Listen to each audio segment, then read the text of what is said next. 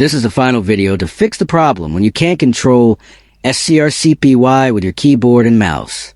Are you struggling to type or click on your Android screen through SCRCPY? This usually happens because your phone or computer blocks input control, or SCRCPY starts in a mode that doesn't allow interaction.